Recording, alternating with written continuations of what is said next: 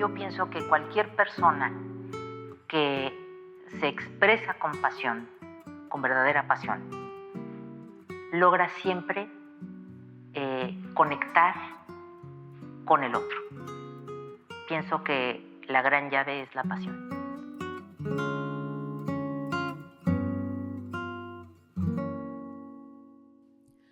Hay personas que no solo trabajan en el arte, viven a través de él. Mi invitada de hoy es Marcela Díez, una de las gestoras culturales más influyentes entre Iberoamérica y Europa. Actualmente dirige el Festival de Otoño de Madrid, uno de los festivales de artes escénicas más importantes de España, y su voz es especialmente relevante ahora que la Comunidad de Madrid será invitada de honor al Festival Internacional de Artes Vivas de Bogotá. Cuando le pregunté qué obra elegiría para hablar de su vida, no escogió una puesta en escena ni un montaje emblemático. Eligió un poema, Ítaca, escrito en 1911 por el poeta griego Constantino Cavafis. Un poema que nos recuerda que lo importante no es llegar rápido al destino, sino vivir intensamente el camino. A partir de ese texto hablamos de liderazgo, de cómo sostener la pasión cuando se toman decisiones difíciles, de la disciplina diaria para no perder el sentido y de qué significa no poder imaginar la vida sin arte. Mi Ítaca es que los creadores tengan un espacio, me dijo, y en esa frase cabe no solo su trabajo, sino su forma de estar en el mundo. Esta es una conversación sobre procesos, sobre vocación, sobre cómo no querer saltarse las etapas y sobre cómo, cuando hay pasión, siempre es posible conectar con el otro. Yo soy Laura Camila Arévalo Domínguez, editora del Magazine Cultural del Espectador, y aquí empieza El Refugio de los Tocados.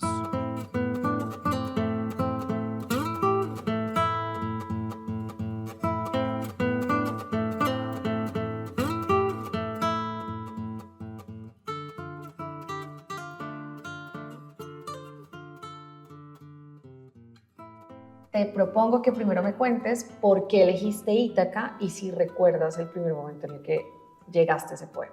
Cuando lees este poema, que pues es relativamente fácil de comprender, te das cuenta de cómo tu vida, de cierta forma, ha sido este camino a Ítaca.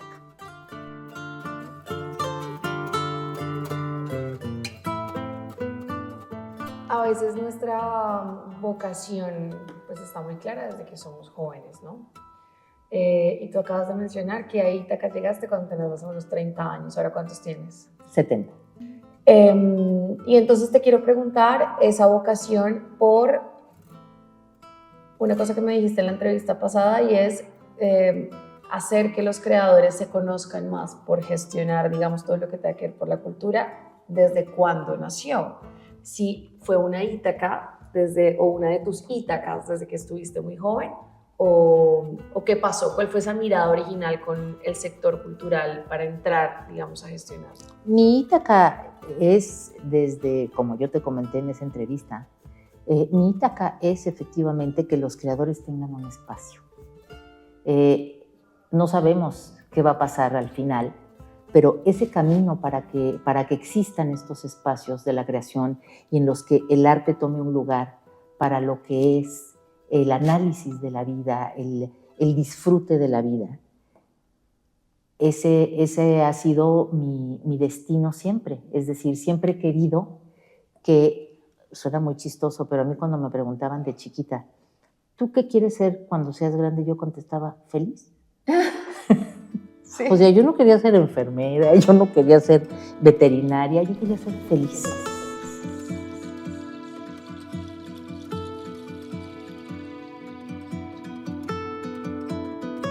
Pero siempre he pensado que se puede encontrar en el arte, siempre puedes encontrar algo que te dé felicidad.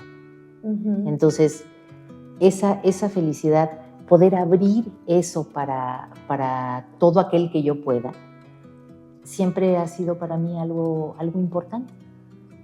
Hay una cosa que puede pasarnos, por ejemplo, yo llevo 7 años siendo periodista cultural y amo el periodismo cultural, pero llevo 2 años siendo editora de la sección de cultura, que es una cosa muy distinta porque ya entonces no estoy metiendo los goles, sino estoy de directora técnica de un grupo de personas.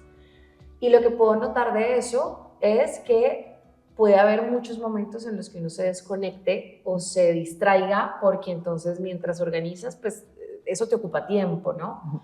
Entonces, para llegar a ti con esta pregunta, quiero justamente hablar de cómo te mantienes conectada con eso que justamente nos trajo hasta acá. Sabemos que tiene unos saldos positivos inmensos que nos mantiene conectados como con un sentido vital, me parece a mí, pero que puede irse muy fácilmente porque justamente el arte es conexión y el resto de cosas puede que a uno lo aparte.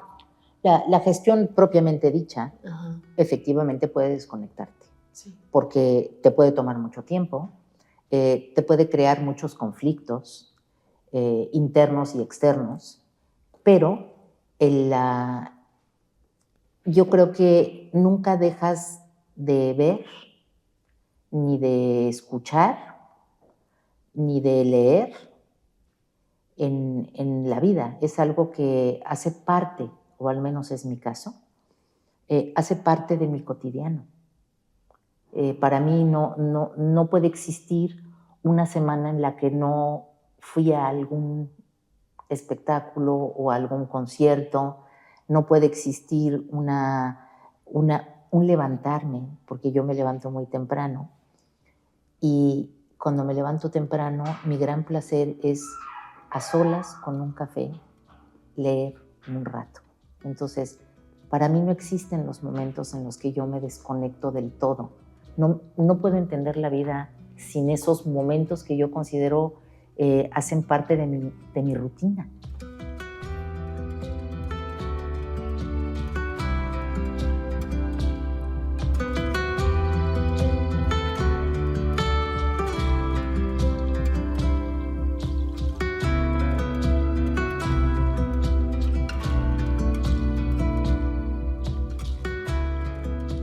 Cuando emprendas tu viaje a Ítaca, pide que el camino sea largo, lleno de aventuras, lleno de experiencias. No temas a los lestrigones, ni a los cíclopes, ni al colérico Poseidón. Seres tales jamás hallarás en tu camino si tu pensar es elevado, si selectes la emoción que toca tu espíritu y tu cuerpo. Ni a los lestrigones, ni a los cíclopes, ni al salvaje Poseidón encontrarás si no los llevas dentro de tu alma, si no los yergue tu alma ante ti. Pide que el camino sea largo, que muchas sean las mañanas de verano en que llegues, con qué placer y alegría, a puertos nunca vistos antes. Detente en los emporios de Fenicia y hazte con hermosas mercancías, nácar y coral, ámbar y ébano, y toda suerte de perfumes sensuales, cuanto más abundantes perfumes sensuales puedas. Ve a muchas ciudades egipcias a aprender de sus sabios. Ten siempre a Ítaca en tu mente. Llegar ahí es tu destino, mas no apresures nunca el viaje. Mejor que dure muchos años y atracar, viejo ya, en la isla enriquecido de cuanto ganaste en el camino, sin aguantar a que Ítaca te enriquezca. Ítaca te brindó tan hermoso viaje, sin ella no habrías emprendido el camino. Pero no tiene ya nada que darte. Aunque la halles pobre, Ítaca no te ha engañado.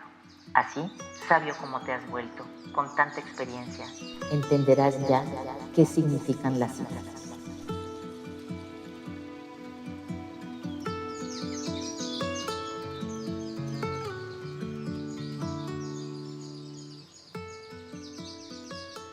¿A qué hora te levantas? Yo me levanto más o menos a las 6 de la mañana, entre 5:30 y 6. ¿Y esos momentos sola con el café, cuánto tiempo duran? Entre 1 hora y 1:30. ¿Y qué lees?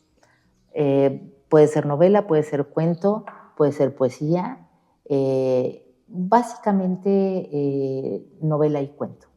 ¿Qué leíste hoy? Bueno, hoy no pude leer nada de lo que a mí me gusta porque pues leo las notas de prensa, leo los mensajes de casa. Es el momento en que todavía hay esa ventanita de horario con México y es un poquito cuando me puedo conectar. Uh-huh. ¿Tú vives sola, Marcela? ¿En la vida o aquí? ¿Aquí? Aquí sí. ¿Y en la vida? En la vida no. Tengo una maravillosa pareja. Y cuando estás en la vida con esa pareja, ¿cómo son esas conciliaciones con el arte? ¿También lee? ¿Le gusta? A él le gusta leer, pero él es artista. ¿Ah, sí? Sí. ¿Qué hace? Él es pintor. ¿Ah, sí? Es pintor. Él es Ok. pintor. Entonces, después de las horas de leer Cara de Pan, por ejemplo, que él baja después y entonces tomamos el segundo café y entonces platicamos de nuestra vida, porque como los dos tenemos una vida muy intensa, cada quien por su lado, pues nos platicamos los planes del día de hoy. Mira, estuve pensando que quizá estaría bien que pudiéramos hacer esto, en fin, los proyectos del cotidiano, ¿no? Dijiste que en la gestión cultural te encontrabas con conflictos internos y externos. ¿Cuáles son los internos? Mira, los internos son que a veces te das cuenta que quizá tus decisiones no las encaminaste por el camino más sencillo, ni para ti ni para el creador. Quizá era más fácil decir, ¿sabes qué? Lo dejamos para el año que entra. ¿No? Porque este año está muy difícil. Pero claro, como no tiene ganas de hacer todo, ¿no? Y las externas, pues son lo que nos afecta a todos los seres humanos, las partes económicas, las partes administrativas, las partes logísticas, que están un poco fuera de nuestras manos. Mira que ahora que mencionas las partes, por ejemplo, económicas, el editor de la sección, el anterior, es decir, mi anterior jefe, me hablaba mucho de elegir el camino difícil, ¿no? Y entonces, cuando quería hablarme de esto, justamente como lo que quería reforzarme era como no coger el atajo, porque no coger el atajo es lo que justamente la va a formar. Y tiene todo que ver con este poema. Pero en el arte es especialmente difícil, ni siquiera, o sea, a veces creo que ni siquiera se nos ofrece el atajo, porque justamente viene implícito, ¿no? En la obra que tú atravieses el camino, la tormenta, el proceso, el contacto. Eso es justamente lo maravilloso creo yo, de este mundo en el que vivimos, del arte. Y entonces ahí te iba a preguntar, justamente estamos en un momento en donde los atajos son cada vez más populares, ¿no? La desconcentración, el ruido excesivo, la sobreestimulación, y para el arte se necesita de una disposición. Ahora estamos hablando de teatro, pero para la lectura que tú haces todas las mañanas, pues necesitas silencio, el café, hora y media. ¿Cómo convives con eso y justamente cómo lo promueves dirigiendo un festival de teatro? ¿El no tomar el atajo? Exacto. Mira, yo procuro que ese no tomar el atajo sea el conducir a las elecciones de la programación hacia el que el equipo y el artista puedan entenderse entre los dos, ¿me entiendes? No hay que tomar atajos, hay que pelearse, hay que discutir, hay que conversar y vamos a llegar a algo, seguro vamos a llegar a algo. Entonces, creo que no hay que decir que sí a todo, pero tampoco hay que decir que no a todo. Hay que escuchar. Y cuando nos escuchamos de verdad, con ganas de que las cosas sucedan, no estamos tomando atajos, al contrario, a veces resulta algo muy largo y a veces tortuoso, porque muchas veces el creador tiene una postura muy propia y el gestor pues ve un mundo mucho más práctico de lo que lo puede ver el creador. Pero sí hay un punto donde si yo te escucho y tú me escuchas, vamos a llegar a algo, porque al final pues estamos yendo los dos a Ítaca.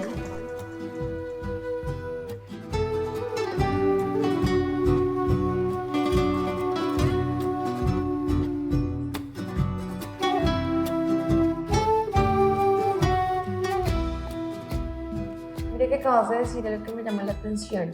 ¿Cuál es el valor de la discusión?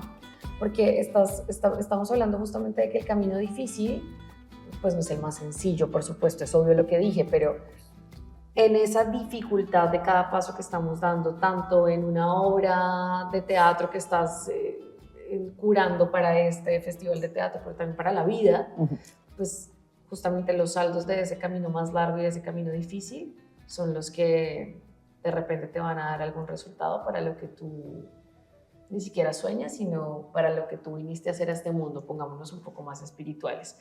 Yo te quiero reforzar un poco más ese momento para que hablemos de por qué elegir ese camino, pues sí, más largo. ¿Por qué no llegar tan rápido a Ítaca? ¿Por qué no acelerar ese proceso? Porque parte del proceso para comprender lo que tú quieres programar, tu idea de programación, parte del proceso es comprender por qué el artista, el creador, yo lo llamo el creador, por qué el creador se empeña en algo o no.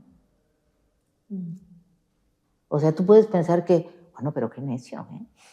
Porque es lo primero que piensas. Pero luego si lo escuchas dices, pues sí, a lo mejor lo que está diciendo tampoco está del todo fuera de lugar. O sea, que me explique bien, porque quizá él no me está sabiendo explicar bien por qué es tan importante esto, por qué son tan importantes estas luces. Ajá. ¿Por qué son tan importantes estas luces? ¿Por qué el humo, que lata tener humo en el teatro, es un problema? ¿Por qué el humo es tan importante para ti en esta obra? Si logras entender, si logras discutir, conversar de por qué la importancia de esos elementos, yo creo que siempre llegas a comprender al creador y por lo tanto a la obra.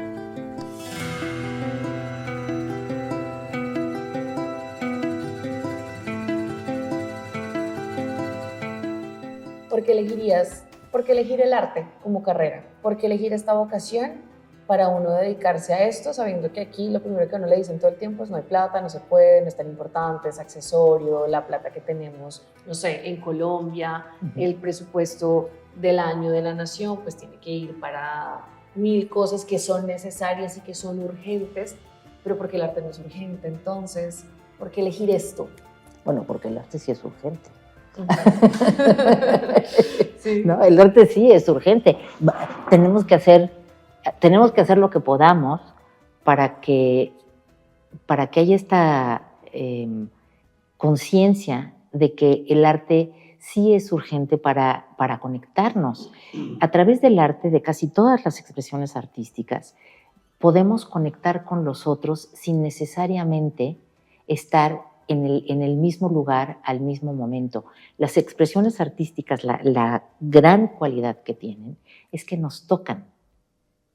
No nada más nos hablan, nos tocan. Y el arte, tocándonos, permite que nos comuniquemos. ¿Tú qué estudiaste? Yo empecé con restauración de obras de arte, pero sentí que eso era una cosa muy solitaria. Y sí lo es, fantástica. Después psicología y hice un máster en educación. ¿Pero terminaste restauración de...? No la terminé y esa es una historia personal que te la cuento porque tiene que ver con un poco lo que me estás contando. Me enamoré de un pintor. Entonces, te estoy hablando del año 2 Conejo, y entonces para poder vivir juntos, la carrera de restauración era todo el día, 6 años. Y para poder vivir juntos, pues yo tenía que trabajar. Entonces decidí dejar restauración y meterme a una carrera que podía estudiar medio tiempo por la tarde y en la mañana trabajar. Total, nunca nos fuimos a vivir juntos. No. No puede ser. No, pero acabé con otro pintor. Mira, sí, era un poco tu destino, hablando de Ítaca. Exactamente. Óyeme, ¿y te arrepientes? ¿De haber dejado restauración? No. Yo no me arrepiento de muchas cosas en la vida. Yo tengo muy claro que en la vida hay que tomar decisiones, siempre. Siempre está un camino o el otro. Y tú vas tomando tu camino. La vida ha sido muy generosa conmigo, muy generosa conmigo. He tenido una buena educación, he tenido buenos amigos, he tenido una buena vida, muy buena vida.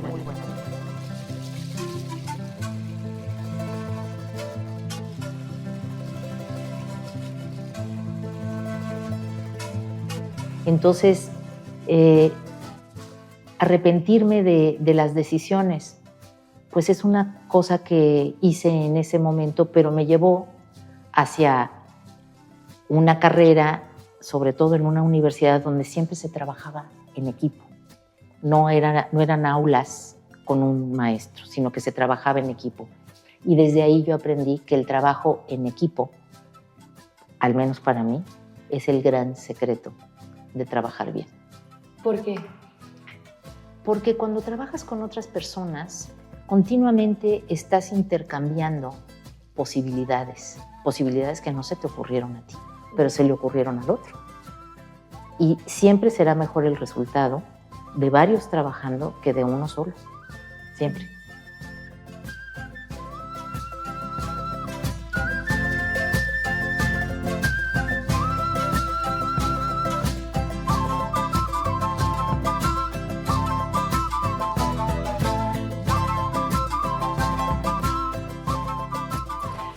Se me ocurrió esta pregunta ahorita que estaba leyendo el poema otra vez, porque dije, bueno, no quiero repetir lo mismo que ya hablé con la ministra, por supuesto, y me puede pasar, pues porque la coincidencia me gustó. Y ¿sabes qué pensé? Dije, ¿será que este poema habla de la paciencia o de la inteligencia? Porque, o de las dos, porque pienso como que esta sugerencia de Cavafis, que dice que es mejor no apresurar el viaje, además de pensar en el esfuerzo, pues no es de paciencia, sino es de una capacidad para entender que el proceso es justamente una especie de destino. Es decir, que el proceso es lo único que existe, que el proceso es lo que estamos haciendo en este momento y ni idea qué va a pasar en 5 minutos, si vamos a ir a ver la obra, si no, sin nada, ¿no? Sí. Pero eso me parece que entonces no tiene que ver tanto con la paciencia, sino con la inteligencia, es decir, que puede ser mucho más inteligente no apresurar, ¿o no? No te diría yo que es un tema de inteligencia, te diría yo que es un tema de saber, pero no es necesariamente una inteligencia. Pienso que hay personas que tienen una intuición, es más bien algo intuitivo, que las cosas toman su tiempo. Es como una gestación. Es decir, las cosas toman su tiempo y toman el tiempo que tienen que tomar. Y toman el tiempo que tienen que tomar en cada uno de los casos de cada ser humano y no es el mismo tiempo para todo el mundo. Exactamente, exactamente. Mi viaje puede ser más lento que el tuyo, pero tu viaje tendrá la velocidad que te corresponde a ti. Marcela, ve a muchas ciudades egipcias a aprender de sus sabios. ¿A ti qué te han regalado esos sabios? Y te lo pregunto porque en este camino seguramente te encuentras en ese proceso de llegar a Ítaca con muchos sabios. Y no son sabios precisamente mayores que tú o más formados que tú. De hecho, te interesa mucho la gente mucho más joven. Sí. Entonces, me interesa saber esos sabios, cómo los identificas y además, pues, cómo estás cómo aprovechas más ese proceso para nutrirte de ellos. Yo creo que los sabios te los encuentras de repente y descubres que son sabios cuando estás con ellos. O sea, no es que fuiste a buscar al sabio, es que tuviste la suerte de que se te apareció un sabio y pudiste hablar con esa persona y pudiste expresarle dudas. Difícilmente un sabio es alguien que te dice las cosas. Sí. Un sabio es alguien que te expone a situaciones, que te expone pensamientos, que te dejan una semilla. No te da una clase. Entonces, esos sabios, pues han sido N. Los primeros, mis padres, fueron grandes sabios para mí. Pero como tú dices, hay jóvenes en mi vida que a mí me han enseñado mucho. Me han enseñado que, entre otras cosas, porque yo no tengo hijos. Entonces, para mí los jóvenes son importantes porque yo veo en ellos cosas que quizá otras personas ven en su casa, ¿no? Todos los días. Pero yo, cuando veo esa alegría con la que enfrentan en la universidad, que llegan a la universidad contentos, que se dan de empujones como a cachorros, pues esa es una forma de sabiduría, de sabiduría animal, que es disfrutar el momento. Eso es algo muy sabio, disfrutar el momento.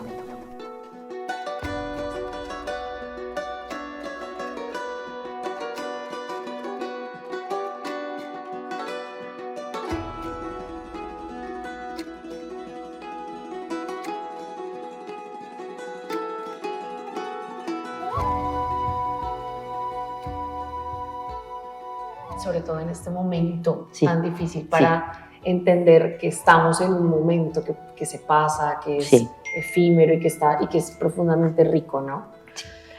Hay que saber que de los grandes, para mí, de las grandes enseñanzas de la vida es que la vida es algo efímero.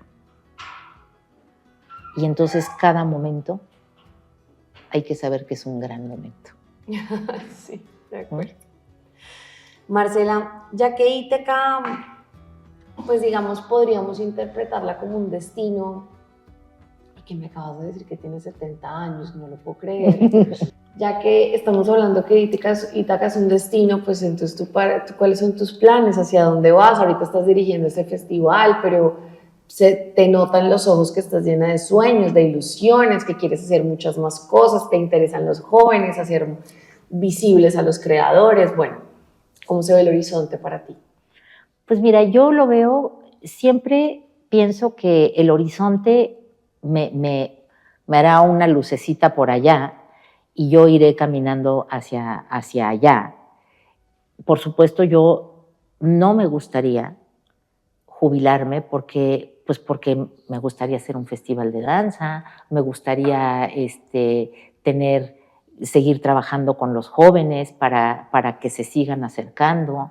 Me encanta escribir, es decir, yo no me veo jubilada, no me imagino sin seguir en mi viaje. Y voy a jugar acá de abogada del diablo entonces. Cualquier otra persona te podría decir, bueno, pero Marcela, ya te mereces descansar, descansa. ¿Pero descansar de qué? Si yo soy feliz todos los días. Yo toda la vida he dicho que a mí me pagan por hacer algo que yo pagaría por hacer. O sea, a mí me paga por hacer algo que yo pagaría por hacer. Es que esa manera de ver el trabajo me parece muy interesante porque siempre me ha parecido, no sé si difícil, complicada, problemática más bien, la actitud que cada vez más tenemos con esta frase que seguramente han escuchado, en la que alguien le dice a otro alguien, uy, ojalá llegara el viernes ya a ver si comienzo a vivir, ojalá fueran las 6 de la tarde a ver si la vida comienza, ojalá como si durante las 8 horas de trabajo en el día o como si de lunes a viernes estuvieras muerto. Sí. Y entiendo que todos no trabajamos en lo que queremos, yo sí, por fortuna, tú también. Sí. Pero también creo que la forma de asumir cualquier trabajo seguramente te va a llevar al que probablemente vas a disfrutar, simplemente porque creo yo que, no sé por qué, mejor dicho, te pregunto, porque creo yo que la vida te va empujando, no sé. Yo creo que la vida te va llevando y sobre todo tengo la ventaja de disfrutar prácticamente todo. O sea, sí, me encanta cocinar, me encanta recibir amigos, me encanta caminar. Es decir, es una ventaja que tengo. Yo sé que hay personas que no son así, pero yo así soy. Es decir, todo me parece maravilloso. ¿Y tú crees que esa mirada en la que logras encontrar belleza en tantas cosas tan chiquitas, tiene que ver con tu contacto constante con el arte? Yo creo que sí. Yo creo que sí. Yo también. Yo creo que sí. Mira, terminemos con esta respuesta que me diste a mí, te la voy a volver a citar. Siempre he dicho que tengo fascinación por el creador, por el artista. Para mí, todo creador es un ser tocado por un dedo especial. Yo no he sido tocada por eso, dijiste, sin embargo, sí puedo verlo, lo puedo reconocer. Si quisiéramos, Marcela, intentar seducir a alguien que todavía no haya sido tocado, por eso que nosotras sabemos que tiene un efecto casi que mágico en la forma en la que uno enfrenta la vida, ¿qué le dirías? Y te lo pregunto porque cada vez más mi obsesión es la de preguntarme entonces cuál es la estrategia más efectiva para seducir público, lectores, audiencia, etc. Para mí, la estrategia mayor es transmitir pasión. Yo pienso que cualquier persona que se expresa con pasión, con verdadera pasión, logra siempre conectar con el otro. Pienso que la gran llave es la pasión.